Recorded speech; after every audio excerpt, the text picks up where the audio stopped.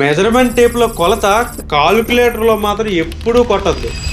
ఎగ్జాంపుల్గా ఒక room area కనుక్కుందాం. రూమ్ కొలతలో మెజర్మెంట్ టేప్ ప్రకారం 9.5 × 10, 9.5 అంటే 9.6 × 10 అనుకోండి. కాలిక్యులేటర్లో మల్టిప్లై చేసి చూద్దాం.